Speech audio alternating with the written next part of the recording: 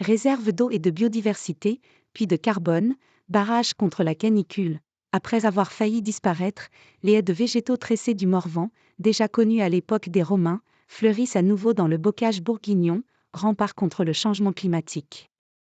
Le vieux CHMI, chemin en Morvandiau, fuit dans le brouillard hivernal à travers l'épaisse forêt de Chissey en Morvan, Saône-et-Loire. De part et d'autre de l'étroite voie boueuse, des petits noisetiers, charmes et autres frênes s'alignent en buissons anarchiques, rappelant qu'ici, jadis, se dressait une haie vive. J'en ai fait des quantités, des haies.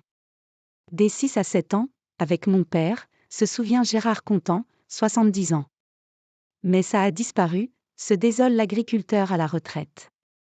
L'apparition des barbelés et l'agrandissement des parcelles, qu'il fallait pouvoir travailler sans obstacle, ont provoqué l'élimination de 42% des haies en Bourgogne-Franche-Comté entre 1940 et 2013, selon Alter, l'agence régionale pour l'environnement. En France, plus de la moitié des haies ont été rasées en lien avec le développement d'une agriculture intensive exigeant des surfaces de culture plus propices à l'usage du tracteur. De plus de 2 millions de kilomètres au début du XXe, on est passé à 750 000 kilomètres aujourd'hui. Des études sur leur rôle environnemental ont cependant conduit le gouvernement à lancer fin septembre un plan d'aide de 110 millions d'euros pour gagner, d'ici à 2030, 50 000 kilomètres de haies.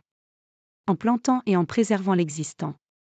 C'est ce que le Parc naturel régional du Morvan, PNR, fait depuis 2009, avec un programme formant gratuitement ceux qui voudraient entretenir sur leur terre les haies vives selon la méthode ancestrale de la pléchie, tressage.